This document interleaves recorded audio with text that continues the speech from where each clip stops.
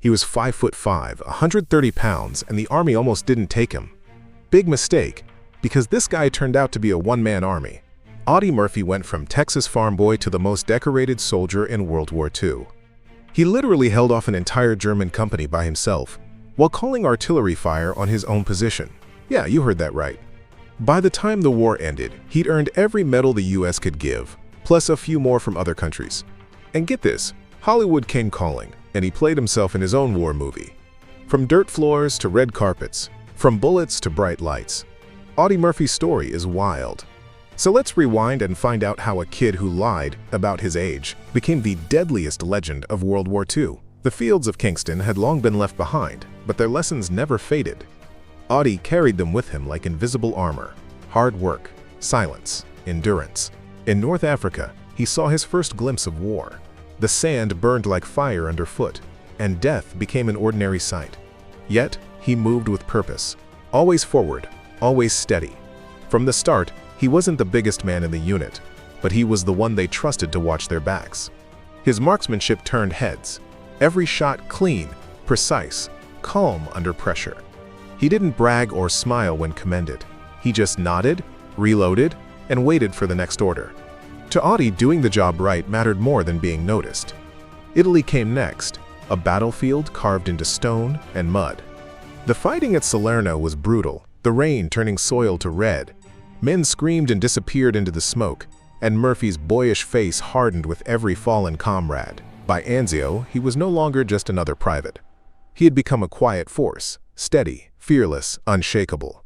He moved through chaos like it was routine, dragging the wounded from gunfire, staying behind to cover retreats. His commanders began to take note. Promotions followed, each one earned in blood and grit. To the men beside him, he wasn't just a soldier, he was a shield. He never ordered others to do what he wouldn't do himself. When the Germans advanced, he stood his ground, eyes cold, fingers steady on the trigger. There was no hesitation, no panic, just a strange calm born from everything he'd already survived before he ever put on a uniform. He saw death up close, too often, too young. Each loss etched something deeper into him. Sleep grew harder, laughter rarer, but he kept moving, kept fighting, because stopping meant remembering, and remembering was unbearable. His courage wasn't loud or cinematic. It was quiet, relentless, forged from pain and duty. By the time his first medals arrived, Murphy didn't even open the envelopes. He tucked them away like burdens rather than trophies. For him, every decoration carried a name, a face, a memory of someone who didn't come home. The war was changing him, molding the boy from Texas into something else, something the world would one day call a hero, even if he never saw himself that way. He had left home to prove his worth, but what he was proving now was something no one could measure: the sheer, unyielding spirit of a man who refused to break. And as Europe burned, Audie Murphy was only just beginning. Training was supposed to break men down and rebuild them, but Audie Murphy never seemed to need rebuilding. From the moment he arrived at Camp Walters, he carried himself with quiet resolve. The drills were relentless, the Texas sun unyielding, yet he never faltered. Other recruits groaned and cursed through the exhaustion, but Audie just kept moving, face unreadable, eyes fixed ahead. His instructors noticed the same thing his neighbors back home had once seen in the boy who never gave up: a stubborn fire that didn't burn out. He was small, yes, but his endurance bordered on unnatural. He ran until his legs ached and his lungs burned, never dropping out of line. When they told him to shoot, he didn't just hit the target. He split the center cleanly again and again, as if born to the rifle. He learned discipline quickly, memorizing every command, every weapon, every maneuver. What he lacked in stature, he made up for with precision and patience. His peers began to look his way, half with respect, half with disbelief. There was something about the quiet ones. They were the ones you wanted beside you when things turned bad. At Fort Meade, the training grew harsher. The days blurred into a cycle of mud, sweat, and shouted orders. Audie grew leaner, harder, his body finally beginning to match his spirit. He spent his nights cleaning his rifle, not because he was told to, but because it gave him calm. The rifle was familiar, a reminder of home, of hunting trips where missing a shot meant going hungry. That focus, that steady hand, became his anchor. When he wasn't training, he wrote letters home to his siblings. He told them he was doing fine, that things were looking up, but he never mentioned the bruises, the sleepless nights, or the quiet loneliness that came when the lights went out. He didn't know what awaited him overseas, but part of him hoped that the war might finally give him the sense of belonging he'd never had before. He didn't yet understand that belonging would come at a price no one could afford. When deployment orders arrived, his name was on the list for the 15th Infantry Regiment, 3rd Infantry Division, Europe. He didn't celebrate. He just folded the paper, tucked it into his pocket, and went to pack. By then, fear was something distant, something other men talked about. For Audie, there was only duty. In North Africa, the war revealed itself for the first time. The air was thick with dust and the smell of oil and death. The endless sand stretched in every direction, and the sound of gunfire echoed across the dunes like thunder. The first time he saw a man die, it didn't feel real. The shock lasted only a moment before instinct took over. You shot, you ducked, you moved. There was no time to mourn or think, only survive. His performance caught the attention of his commanding officers. While others hesitated, he acted. When others panicked, he remained still. There was something in his calm that unnerved even his superiors. It wasn't bravado. It was something colder, steadier, a clarity that came from a lifetime of surviving things harder than fear itself. In Sicily, his courage turned into reputation. The landings were chaos. Machine gun fire ripping through the air, mortars screaming into the hills. Amid the confusion, Murphy advanced, always forward, never waiting for orders to tell him what was right. He learned the rhythm of battle, the sharp breaths before a charge, the metallic scent of blood, the ringing silence after an explosion. He learned how quickly men could change from laughter to silence, from life to memory. He was promoted to corporal, then sergeant, each step marked not by celebration but by loss. Every rank meant more responsibility, more faces to remember, and more graves to leave behind. He rarely spoke about it. When someone asked how he stayed so calm, he'd shrug and say, "You just do what has to be done." That was his philosophy, simple, unadorned, and absolute. In Italy, at the Battle of Salerno, the rain came down like punishment. Mud swallowed boots, rifles jammed, and the air trembled with explosions. Audie led a small group through enemy fire to take out a German machine gun nest that had pinned down their company. He moved with terrifying precision, crawling through mud, flanking the position, and taking out the gunners one by one. When it was over, he sat in the mud for a moment, breathing heavily, his face streaked with dirt and blood. He didn't smile or cheer, he just reloaded and checked on his men. At Anzio, the nightmare deepened. The fighting was close, personal, and endless. Every inch of ground was bought with blood. Sleep came in fragments, meals in haste, and sanity in question. Murphy's men began to whisper that he had no fear, that he moved through fire like it couldn't touch him. The truth was simpler. He felt everything. Every scream, every loss, every face. He just learned to bury it deep enough to keep going.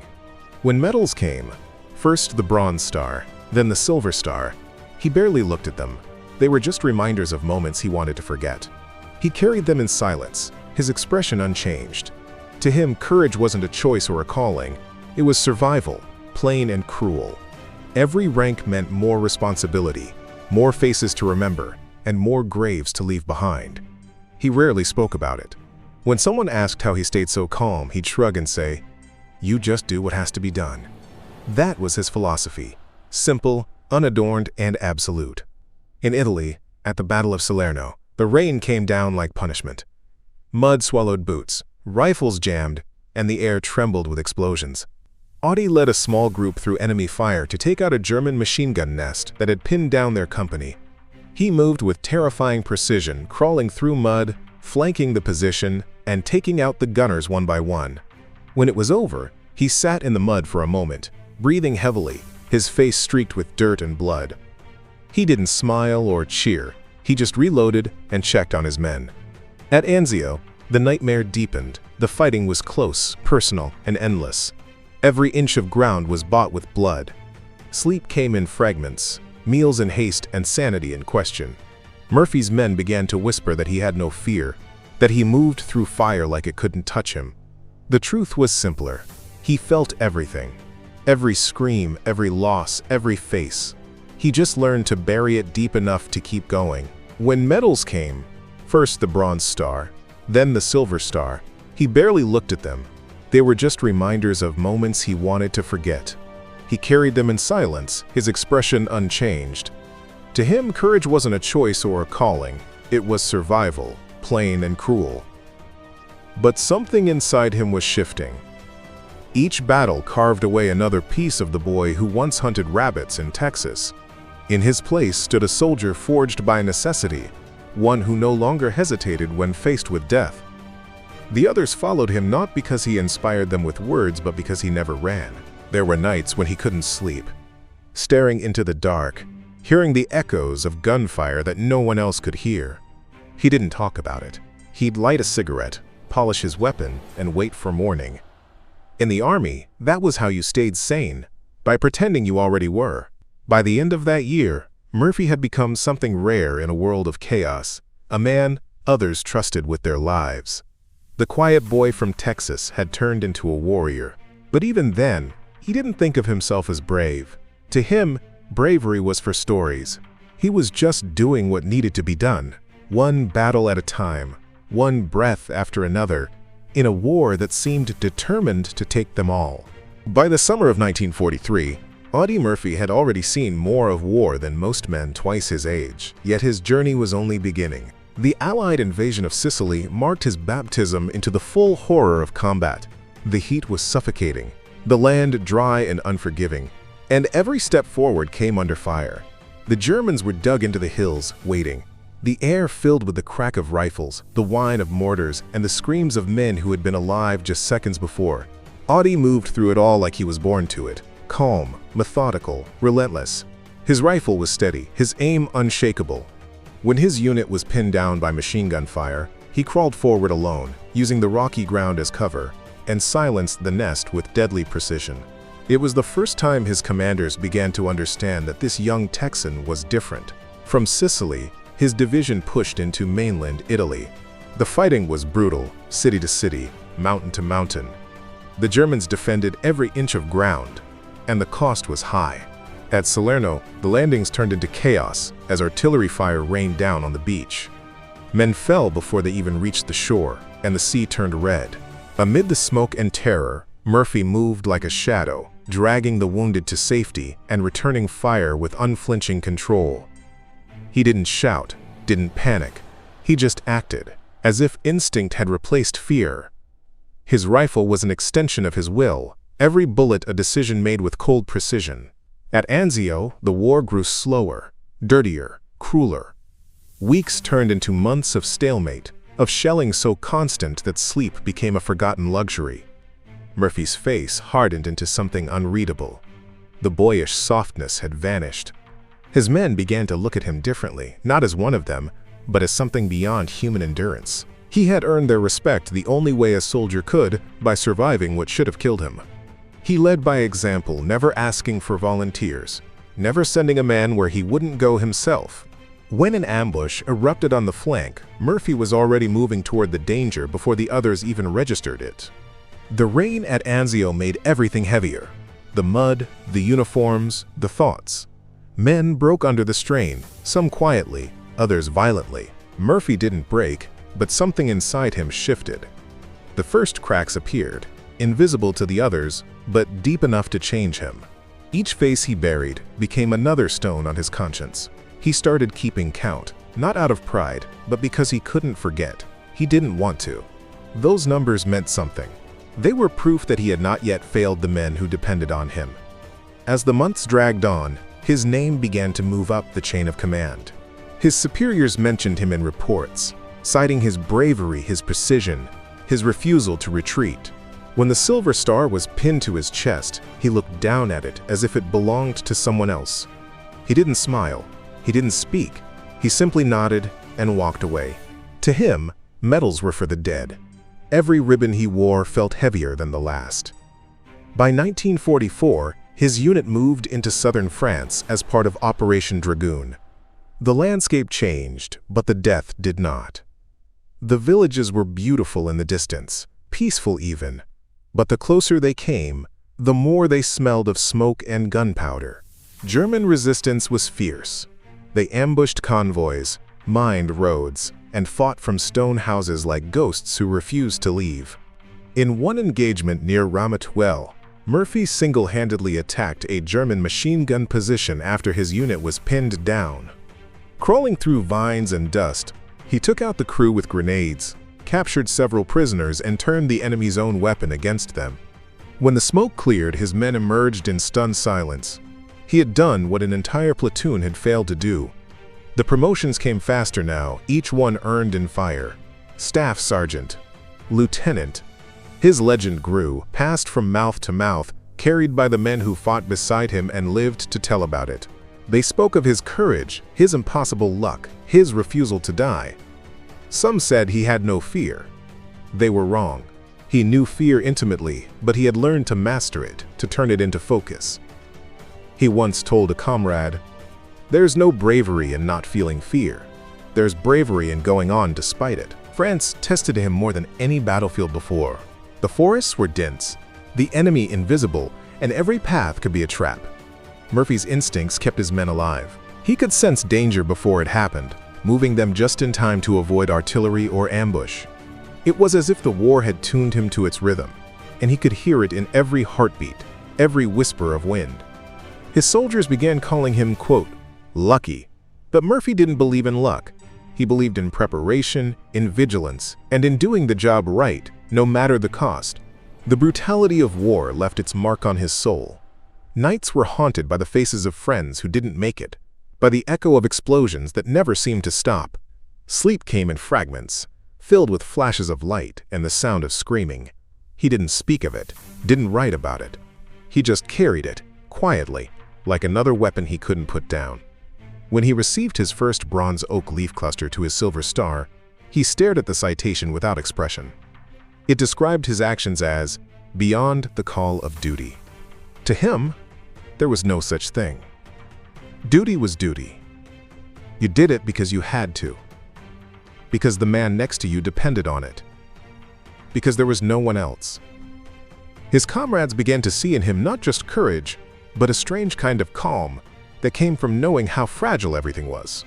He rarely smiled, but when he did, it was brief and tired, the kind that never reached his eyes. The younger soldiers gravitated toward him, drawn by the quiet authority of someone who had already faced death and refused to yield. The war had a way of aging men overnight. Murphy was barely 20, yet he moved like someone who had lived a lifetime in trenches and foxholes. He had lost count of how many times he'd come close to dying, but he didn't dwell on it. He just cleaned his rifle, adjusted his helmet, and prepared for the next dawn. The cycle was endless.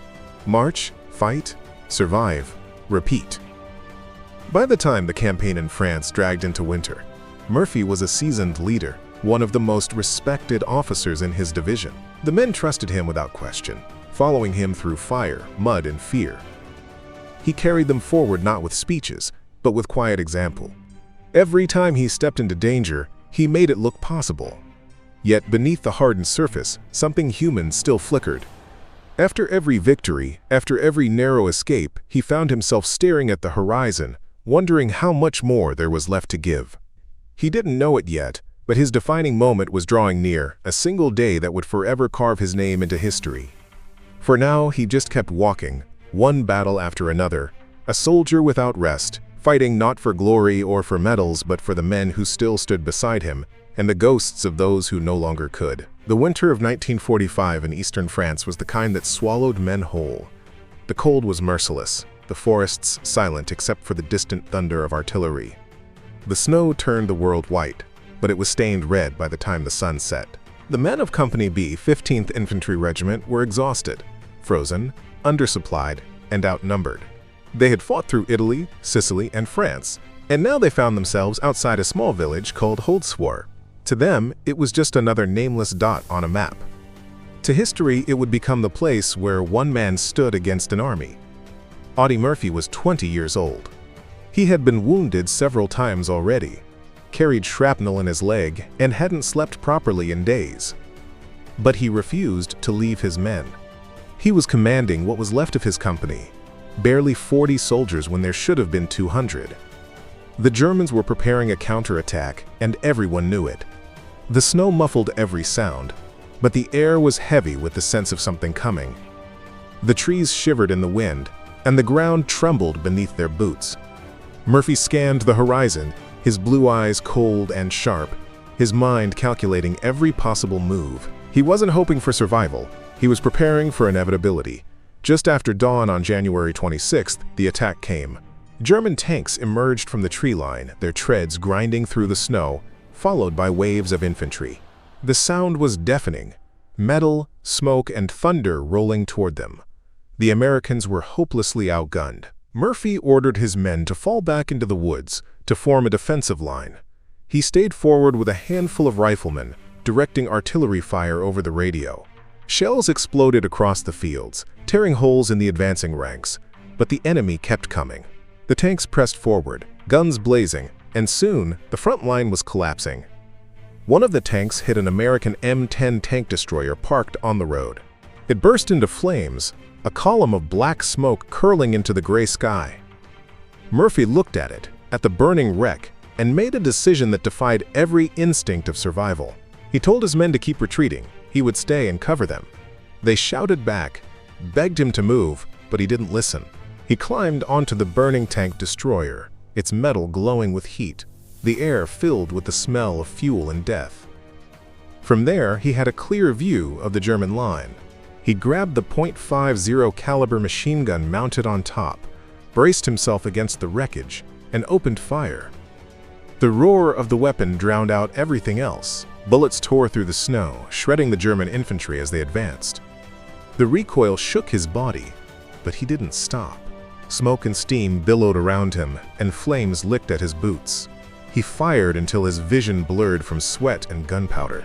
Enemy rounds struck the tank, chipping metal inches from his head. Still, he held his ground. His right leg was bleeding from shrapnel, but he refused to move. He shouted coordinates into the radio, calling down artillery on his own position. Determined to stop the advance, no matter the cost, explosions erupted all around him. Trees splintered, the ground shook, and yet he stayed upright, firing until the barrel of the gun glowed red. German soldiers tried to flank him, crawling through the snow, but he cut them down one by one.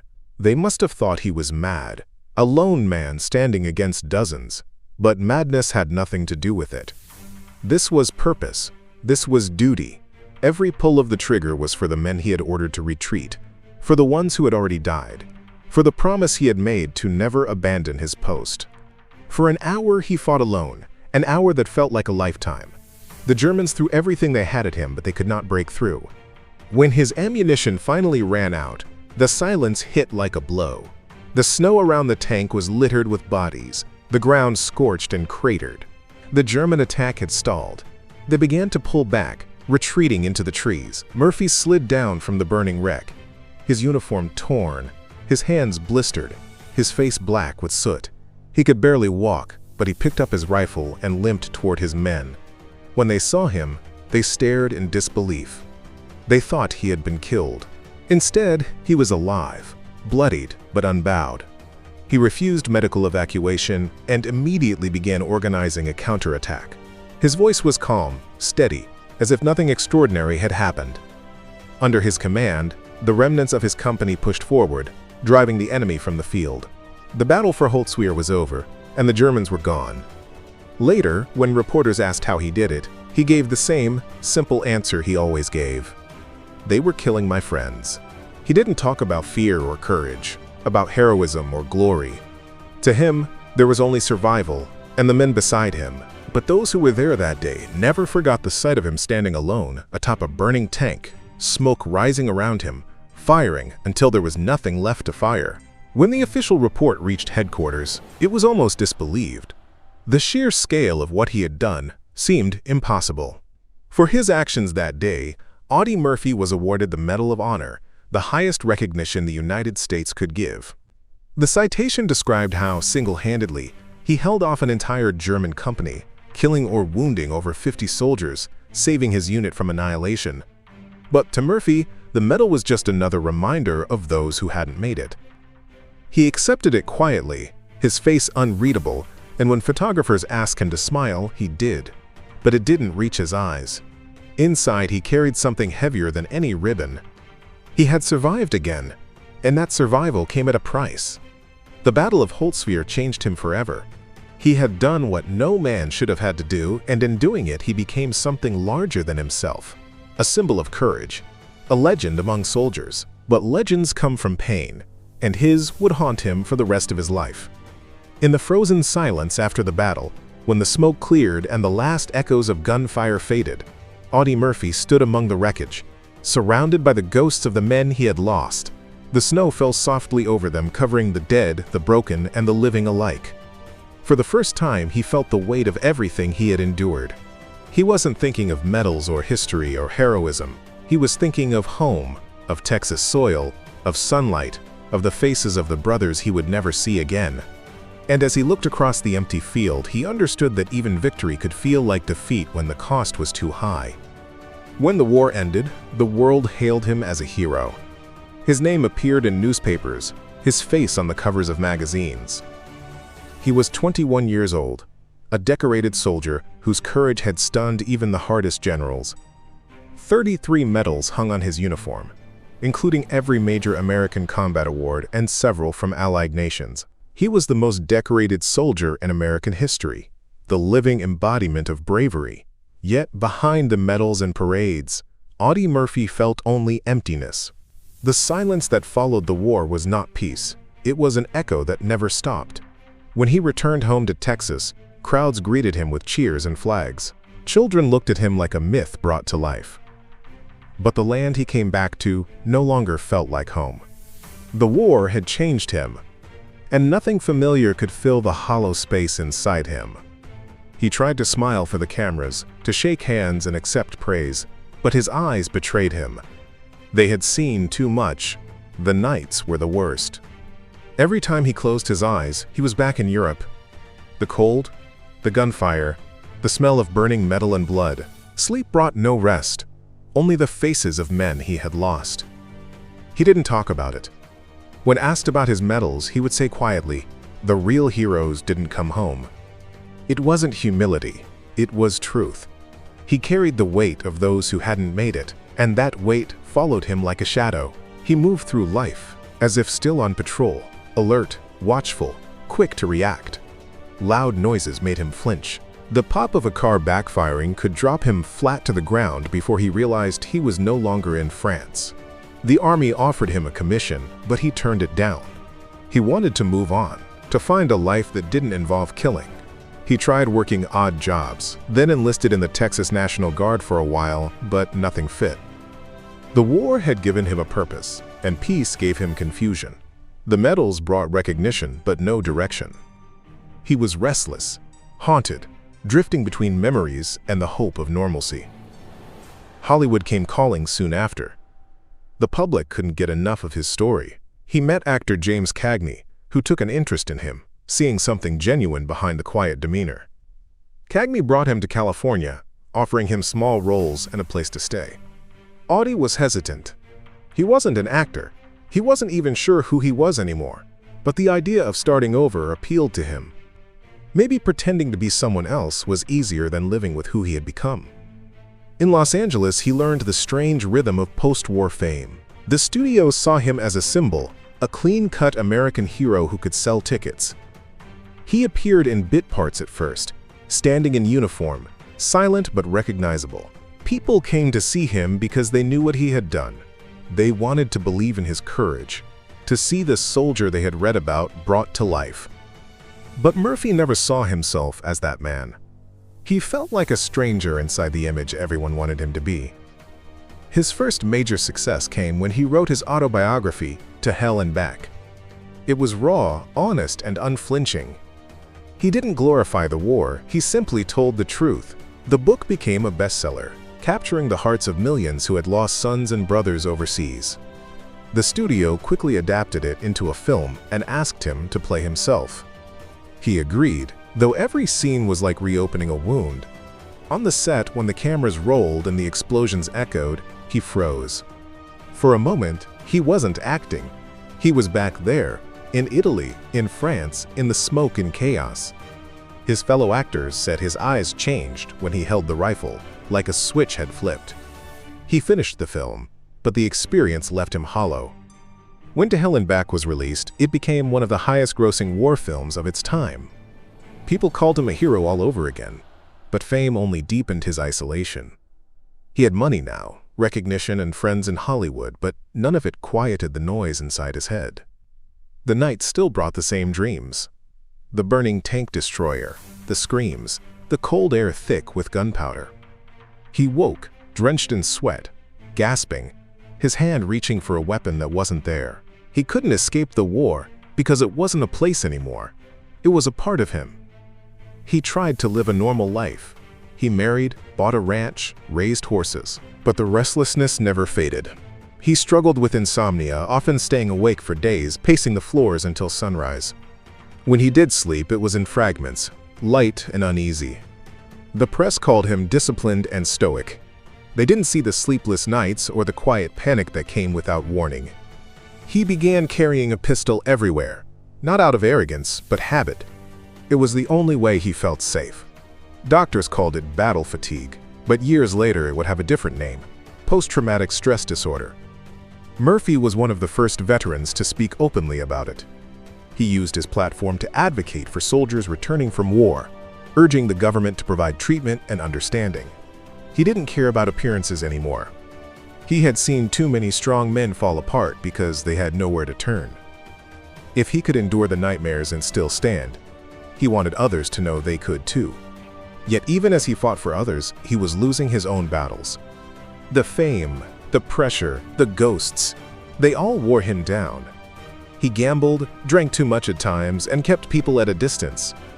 But those who knew him best said he was kind, loyal, and deeply human. He gave money to veterans in need, often in secret, never asking for anything in return. Audie Murphy's life after war was a contradiction. To the world, he was an icon, a soldier-turned-star, a symbol of courage, but beneath the spotlight, he remained a man haunted by what he had survived. His medals were polished and displayed in museums, but the memories behind them stayed raw and painful. He once said, "You don't ever really get over it, you just learn to live with it." He carried that truth quietly, moving from set to set, from one life to another, trying to find peace in a world that had forgotten what real war felt like. He had survived the bullets, the blood, the fire, but the hardest battle, the one no one could see, was the one he fought every day in silence. As the years passed, Audie Murphy's fame slowly began to fade from the front pages, but his legend remained. Hollywood moved on to newer faces and bigger spectacles, yet Murphy continued to work steadily, taking on westerns and war films that echoed fragments of his own life.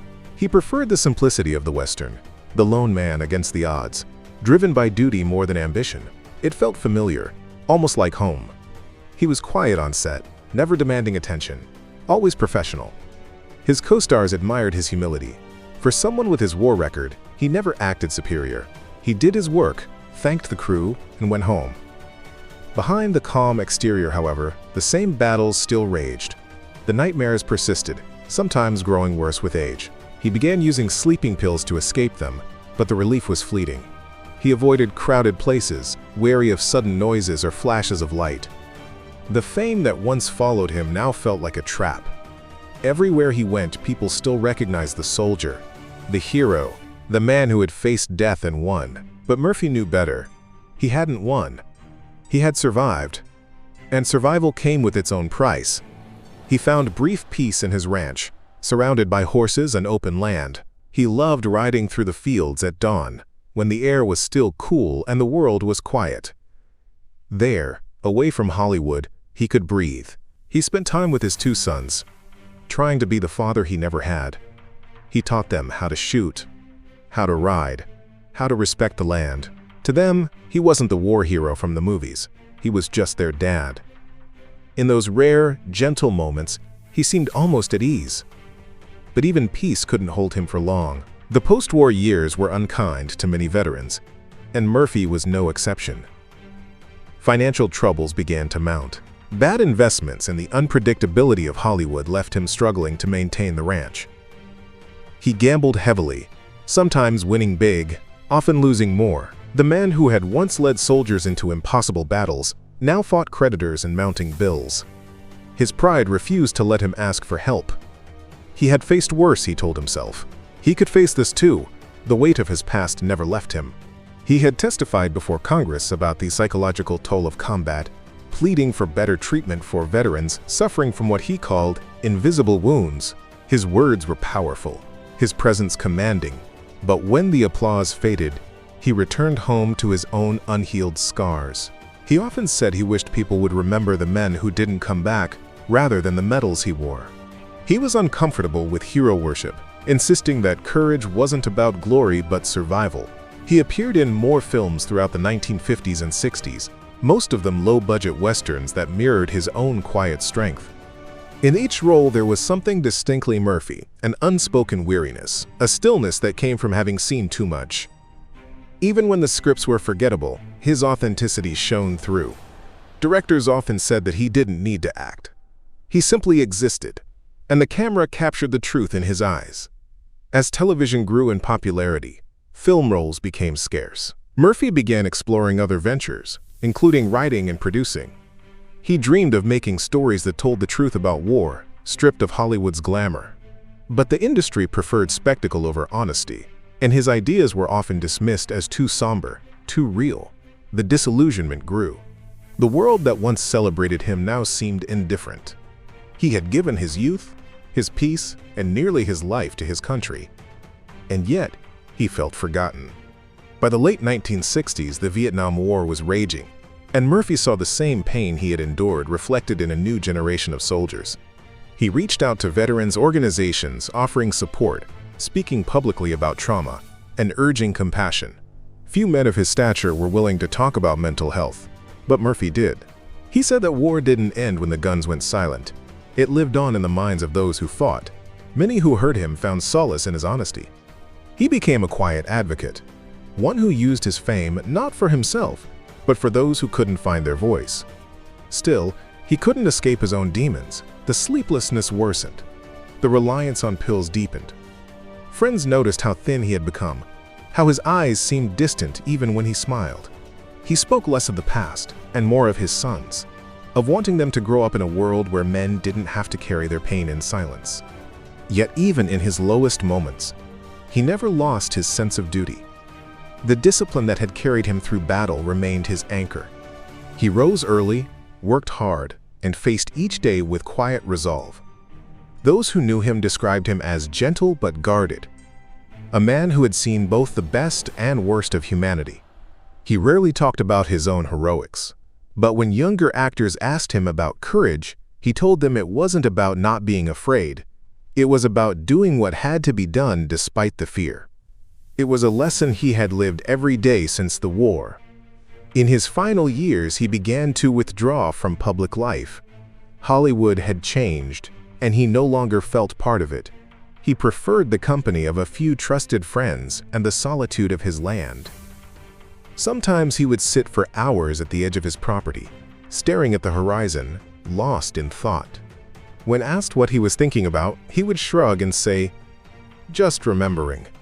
There was a quiet sadness about him, a sense of unfinished business. He had survived everything that should have killed him. Yet peace remained elusive. He had fought enemies in battle and wrestled ghosts in silence, but the hardest fight was learning how to live after so much loss. In many ways, Audie Murphy's post-war years were as courageous as his time in uniform. They were a different kind of war, one without medals or victory parades, where bravery meant facing another day when the memories tried to pull him under. By the time the 1970s arrived, Murphy was a man out of time, part soldier, part actor, part legend, and part ghost of his own story. He had given everything he could to his country, his art, and his family, yet carried the quiet ache of someone who had never truly come home. Even as the spotlight dimmed, his legacy endured, not in the bright glow of fame, but in the silent strength of those who, like him, had learned to fight battles that no one else could see. In the spring of 1971, Audie Murphy was looking for new beginnings. He was 46 years old, older than many of his fellow actors, but still sharp, still driven by a quiet determination. Hollywood had mostly moved on, yet he continued to chase projects that mattered to him: small films, television appearances, and speaking engagements for veterans. The glamour of fame no longer interested him. What he wanted was purpose. His health, though, was beginning to decline. Years of insomnia, stress, and the lingering effects of war had worn him down. He hid it well, smiling for photos, laughing with friends, but those closest to him could see the fatigue behind his steady gaze. He had spent decades living with ghosts, and though the pain had dulled, it never disappeared. He carried it quietly, never burdening others with his struggles. He still had the same disciplined routine: up early, careful about his appearance, polite to everyone he met. But there was a heaviness in his walk now, a certain distance in his manner. When asked if he ever thought about the war, he simply said, "Every day." The memories were as vivid as they had been when he was 19, fighting through the ruins of Europe. In late May of 1971, Murphy was planning a business trip. He was exploring new ventures outside of acting, hoping to secure financial stability for his family. There was talk of land deals, investments, and a few potential roles on the horizon. On May 28th, he boarded a small private plane with 5 others. The aircraft, a twin-engine Aero Commander, was bound for Roanoke, Virginia. The weather that day was unpredictable. Low clouds, poor visibility, and gusty winds sweeping across the Blue Ridge Mountains. Those who saw him before the flight said he seemed calm, as always. He shook hands, exchanged a few quiet words, and boarded without hesitation. He had faced far worse dangers in his lifetime. Flying over stormy terrain was nothing compared to the skies filled with enemy fire he once knew. As the plane climbed, the world below disappeared into gray mist. Somewhere near Brush Mountain, the aircraft lost contact with air traffic control. The last transmission was routine, untroubled. Then, silence. For 2 days, there was no word. Search crews scoured the mountains, battling rain and fog. Families waited for news that didn't come. Then, on May 31st, rescuers found the wreckage. The plane had crashed into the mountainside, killing everyone on board instantly. Audie Murphy, America's most decorated soldier, was gone. The news spread quickly, sending a shock through the country. It was unthinkable that a man who had survived the most brutal combat of World War II would lose his life in a quiet peacetime accident. He had faced death countless times and walked away. But this time, fate offered no mercy. In the days that followed, tributes poured in from across the nation. Fellow soldiers, actors, and politicians all spoke of his bravery, humility, and enduring impact. President Richard Nixon sent condolences to his family, calling him a true American hero. Veterans, organizations held memorials in his honor, flags lowered to half-staff in dozens of towns. For many, his death was not just the loss of a hero, but the end of an era, the closing of a chapter that defined courage in its purest form. His body was returned to Arlington National Cemetery, where he was laid to rest with full military honors. Thousands attended the funeral, standing in silence as the rifle's salute echoed across the green expanse. The sound was sharp, solemn, final. As the bugler played taps, many wept openly, not just for the man, but for what he represented. Murphy had come from nothing, fought for everything, and carried the weight of his experiences with grace and dignity. He was proof that courage did not require perfection, that heroism was born not of glory but of endurance. At his gravesite, his headstone was engraved simply, Audie L. Murphy, Major, Infantry, World War II. Beneath it, a list of his medals, understated and precise. No embellishment, no grand words, just the truth of a life lived in service. His grave became one of the most visited in Arlington, a place where veterans, families, and admirers still come to pay their respects. Some leave flowers. Others leave small American flags or medals. Many simply stand in silence, as if in the presence of something larger than words. In death, as in life, Murphy remained humble. He had never sought recognition, only understanding. He had once said, "I just want to be remembered as a good soldier." And he was. But he was more than that. He was a symbol of resilience, a man who showed the world that bravery was not the absence of fear, but the strength to keep going in spite of it. His story became timeless, a reminder of what sacrifice means and how the human spirit can endure even the darkest hours. Years later, his name would still echo through history books, his face frozen in black and white photographs, his voice captured in films that refused to let his legacy fade. Those who studied his life often spoke of the paradox he embodied: a hero who never believed in his own legend, a soldier who longed for peace he could never fully find. Yet perhaps that is what made him truly remarkable. He did not fight for glory or fame. He fought because he believed it was his duty. Audie Murphy's death marked the end of his journey, but not his story. The impact he left on those who followed, soldiers, filmmakers, dreamers, was immeasurable. His courage continued to inspire generations who would never meet him but would carry his spirit in their own battles, both on and off the field. The boy from Texas who once lied about his age to join the army had become more than a soldier, more than an actor. He was the embodiment of perseverance, a reminder that even the smallest voices can echo through eternity. And though his plane had fallen silent on that foggy mountain, the legacy of Audie Murphy would never be silenced. It lived on, in the soil of Arlington, in the pages of history, and in the hearts of those who still believe that courage, at its truest, is simply the will to keep moving forward when everything else falls away. Time has passed, but Audie Murphy's story has never faded. His name still stands for something pure and unshakable: courage that expects no reward, sacrifice that asks for no praise. He lived through horrors most could never imagine, yet he met each day with quiet strength. His medals may shine in museums, but the truest measure of his legacy lies in the hearts of those who continue to serve, inspired by his example. He showed the world that heroes are not born. They are shaped by struggle, carved from pain, and defined by their refusal to give up. In the end, Audie Murphy was not just America's most decorated soldier. He was a man who carried the weight of war, who tried to live with its echoes, and who never stopped fighting for others long after the battlefields were silent. His life was brief, his burdens heavy, but his impact eternal. And though he left this world far too soon, his story endures like the echo of a rifle in the distance, fading but never gone. For as long as courage exists, so will the name Audie Murphy, the boy who became a legend, and the legend who remained profoundly human. He was born into dust and hunger, in a small Texas town that barely had a name. The sun was merciless there, baking the land until it cracked, and the people who worked it learned to crack with it. In that barren soil, a boy named Audie Murphy took his first breath in 1925. He was small, frail even, but his eyes carried something older than his years. The Great Depression had no mercy for dreamers, and by the time Audie could walk, he was already learning how to survive. Childhood was not a thing to be enjoyed. It was something to outlast. The Murphys had 12 children, a crowded house filled with noise, hunger, and worn-down laughter.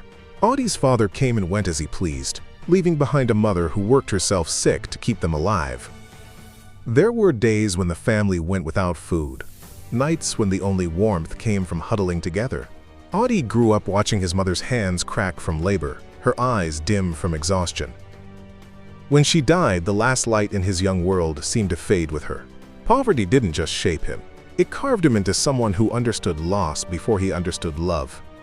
By his early teens, he had learned to shoot a rifle with deadly precision. It wasn't sport, it was survival. Rabbits and squirrels became meals, and every bullet mattered. That rifle would later make him famous, but at the time it was simply a tool that stood between his siblings and starvation. He picked cotton under the burning sun, worked fields, and took any job that would put food on the table.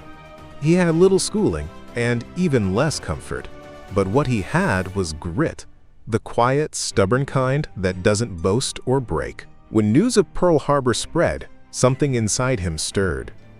The world was burning again, and he refused to watch from the sidelines. He saw in the war an escape from poverty, a purpose larger than the fields of Texas. At 16, he tried to enlist in the Marines. They laughed him off. Too small, too young.